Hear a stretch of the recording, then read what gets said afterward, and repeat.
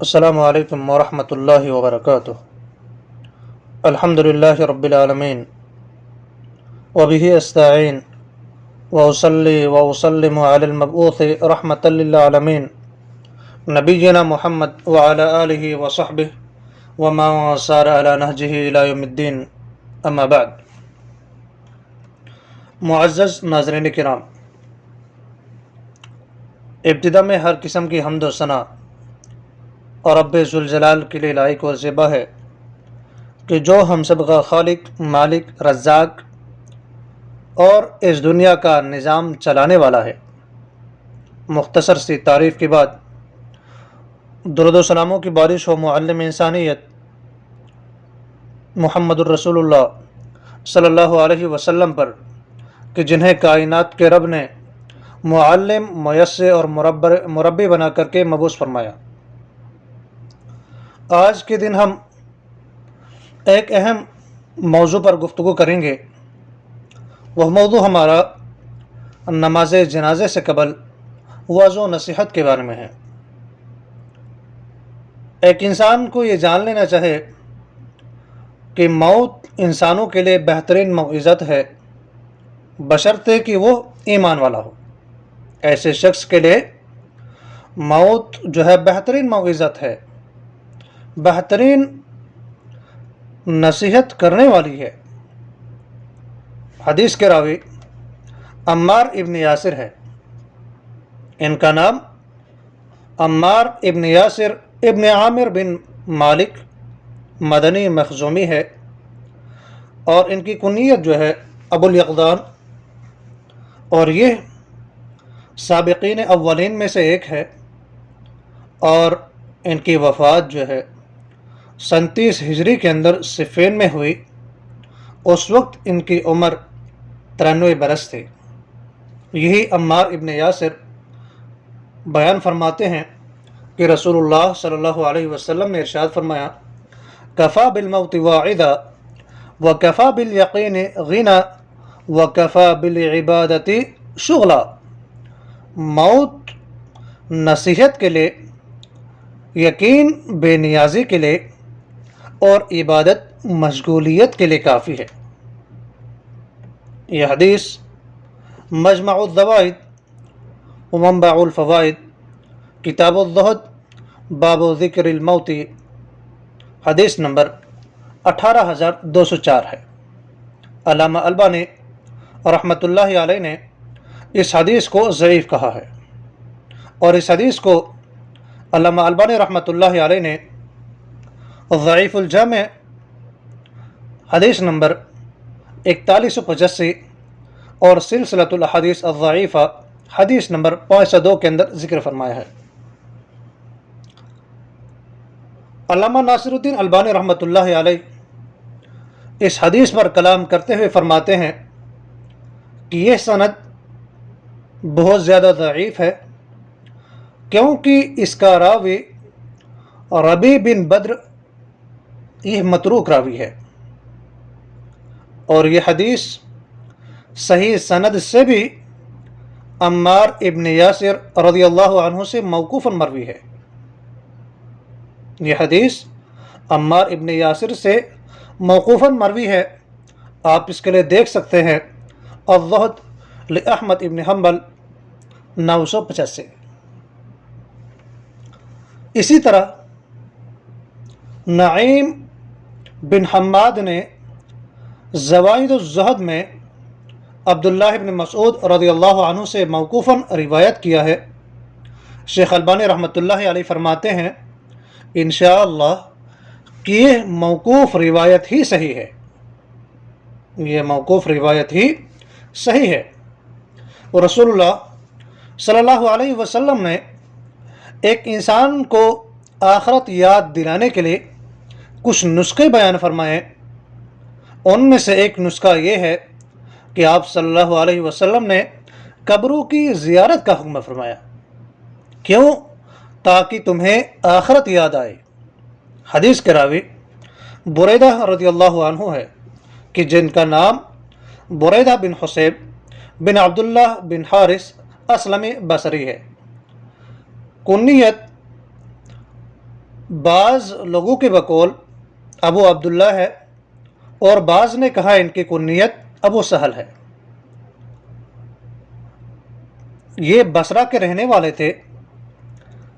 ان کی وفات 62 ہجری میں ہوئی اور بعض کہتے ہیں کہ ان کی وفات جو ہے 63 ہجری کے اندر ہوئی ہے۔ یہی بریدہ بن حصیب رضی اللہ عنہ روایت کرتے ہیں کہ رسول اللہ صلی اللہ علیہ وسلم نے ارشاد فرمایا، نہیتکم عن زیارت القبور الا فزوروها فانها تذکرکم الآخرہ، میں نے تمہیں زیارت قبور سے روکا تھا لیکن اب تم ان کی زیارت کرو کیونکہ وہ تمہیں آخرت یاد دلاتی ہے۔ یہ حدیث صحیح مسلم کتاب الجنائز باب استئذان النبی صلی اللہ علیہ وسلم ربہ فی زیارت قبر امہ، حدیث نمبر 2305، سنن ترمذی کتاب الجنائز حدیث نمبر 1054، سنن ابی داؤد کتاب الجنائز باب فی زیارت القبور حدیث نمبر 3235۔ مومن بندے کی نصیحت کے لیے کسی شخص کا جنازہ اٹھنا ہی کافی ہوتا ہے، اور قبرستان جانا آخرت یاد دلانے کے لیے کافی ہے، تو پھر الگ سے وعظ و نصیحت کرنے کی ضرورت باقی نہیں رہتی۔ بسا اوقات اگر نماز جنازہ میں لوگوں کا انتظار ہوتا ہے اور پہلے سے ہی موجود لوگ آنے والوں کے انتظار میں ہوتے ہیں، اگر ایسے موقع پر امام لوگوں کو کچھ نصیحت کر دے تو کوئی حرج نہیں ہے، کیونکہ یہ نصیحت کا بہترین موقع بھی ہے اور یہاں پر قلوب و اذہان بھی نصیحت قبول کرنے کے لیے تیار ہوتے ہیں۔ لیکن یہاں پر ایک بات یہ یاد رکھنے کی ہے کہ نبی کریم صلی اللہ علیہ وسلم سے نماز جنازہ سے قبل لوگوں کو وعظ و نصیحت کرنا الگ سے ثابت نہیں ہے۔ البتہ عمومی طور پر جنازہ کے وقت تذکیر و بیان کا کہیں کہیں پر پتہ ملتا ہے، کہ جس طرح سے حدیث کے راوی انس ابن مالک ابن نضر انصاری ہے۔ اب ان کا لقب جو ہے ذو الاذنین کہا گیا ہے انہیں، اور ان کی کنیت ابو حمزہ ہے، انصاری ہے، نجاری ہے، مدنی ہے، بصری ہے، ہجرت سے 10 برس قبل پیدا ہوئے تھے۔ ان کی سن وفات کے بارے میں علماء کرام کے نزدیک جو ہے اختلاف ہے۔ بقول بعض ان کی وفات 90 ہجری، بقول بعض ان کی وفات جو ہے 91 ہجری، اور بعض کہتے ہیں 92 ہجری، اور بعض کہتے ہیں 93 ہجری کے اندر ان کی وفات ہوئی ہے۔ یہی انس ابن مالک رضی اللہ عنہ حدیث کے راوی ہے، وہ فرماتے ہیں، مروا بجنازۃ فاثنوا علیہا خیرا فقال النبی صلی اللہ علیہ وسلم وجبت، ثم مروا باخرى فاثنوا علیہا شرا فقال وجبت، فقال عمر بن الخطاب رضی اللہ عنہ ما وجبت، قال هذا اثنيتم عليه خيرا فوجبت له الجنة وهذا اثنيتم عليه شرا فوجبت له النار انتم شهداء الله على الارض۔ صحابہ کا گزر ایک جنازہ پر ہوا، لوگ اس کی تعریف کرنے لگے، تو رسول اللہ صلی اللہ علیہ وسلم نے یہ سن کر فرمایا کہ واجب ہو گئی۔ پھر دوسرے جنازے کا گزر ہوا تو لوگ اس کی برائی کرنے لگے، نبی اکرم صلی اللہ علیہ وسلم نے پھر فرمایا واجب ہو گئی۔ عمر بن الخطاب رضی اللہ عنہ نے پوچھا کہ کیا چیز واجب ہو گئی؟ نبی کریم صلی اللہ علیہ وسلم نے ارشاد فرمایا، جس میت کی تم نے تعریف کی اس کے لیے جنت واجب ہو گئی، اور جس کی تم نے برائی کی اس کے لیے دوزخ واجب ہو گئی، تم لوگ زمین میں اللہ کے گواہ ہو۔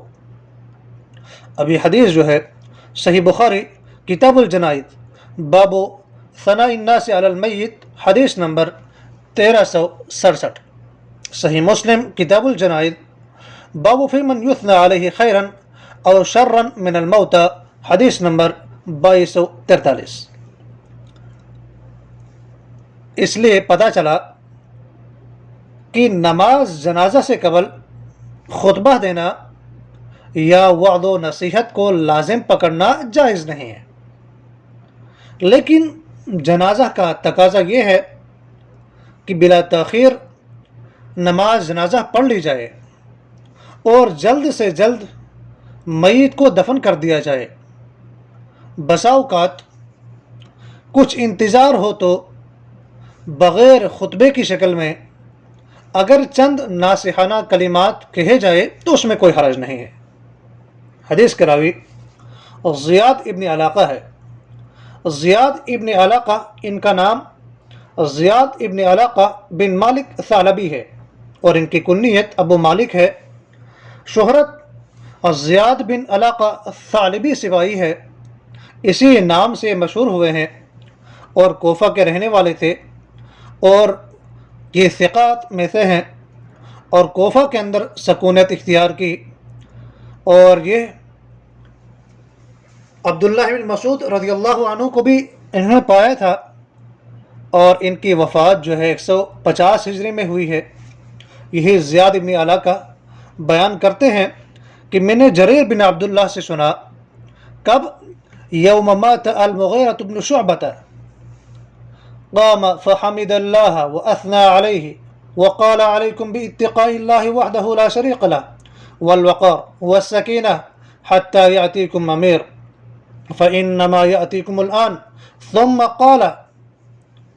یہ زیاد بن علاقہ فرماتے ہیں کہ جس دن مغیرہ بن شعبہ، یہ حاکم کوفہ تھے، ان کا انتقال ہوا تو وہ خطبہ کے لیے کھڑے ہوئے اور اللہ کی تعریف کی اور خوبی بیان کی اور کہا تم کو اکیلے اللہ سے ڈرنا چاہیے، اس اللہ سے جس کا کوئی شریک نہیں، اور تحمل اور اطمینان سے رہنا چاہیے اس وقت تک کہ کوئی دوسرا حاکم تمہارے اوپر آ جائے، اور وہ آنے والے ہیں۔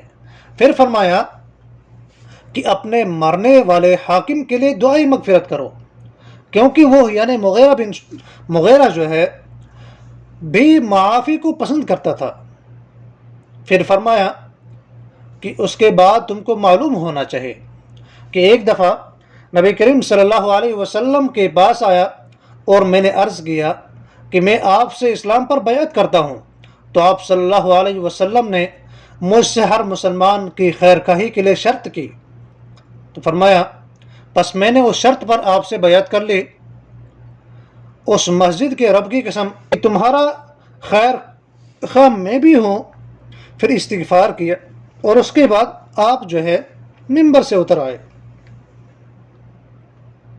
آپ اس کے بعد منبر سے اتر آئے تو اس کے لیے آپ دیکھ سکتے ہیں صحیح بخاری کتاب الایمان باب قول نبی صلی اللہ علیہ وسلم الدین النصیحہ حدیث نمبر 58، صحیح مسلم کتاب الایمان باب بیان ان الدین النصیحہ حدیث نمبر 54، اور یہ الفاظ جو ہے امام بخاری رحمۃ اللہ علیہ کے ہیں۔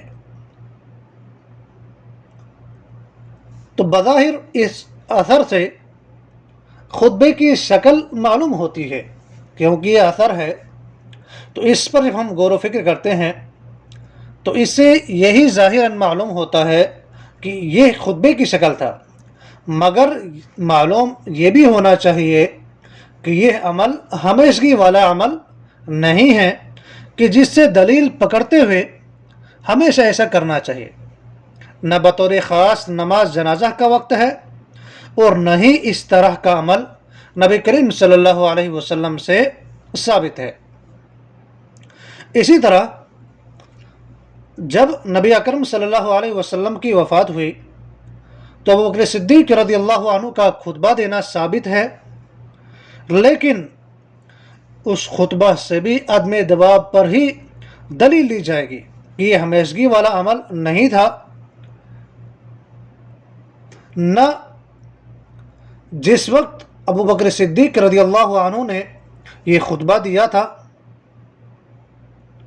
اور یہ وقت ایسا تھا کہ جب اس کا ایک خاص پس منظر تھا کہ عمر بن الخطاب رضی اللہ عنہ نبی کریم صلی اللہ علیہ وسلم کی وفات کا انکار کر رہے تھے، اس وجہ سے ابو بکر صدیق رضی اللہ عنہ کو پھر یہ مسئلہ واضح کرنا پڑا تھا۔ تو اس سے ہم جنازہ کے وقت ہمیشہ واعظ کرنے پر محمول نہیں کر سکتے۔ جب ہم عصر حاضر میں بعض مقامات پر نظر دوڑاتے ہیں تو ایسے جگہوں میں دفن کے بعد قبرستان پر بعض خطبہ جو ہے خطبہ کی طرح نصیحت کرتے ہوئے نظر آتے ہیں اور اسے یہ جنازے کا حصہ بھی سمجھتے ہیں۔ اگر ایسا ہے تو یہ کبھی بدعت ہے کہ اس سے اجتناب کرنا ضروری ہے۔ تو اس ساری بحث و تمہیز سے ہمیں یہ پتہ چلا کہ موت مومن کے لیے، مسلمانوں کے لیے بہترین موعظت ہے، الگ سے موعظت کرنے کی ضرورت نہیں۔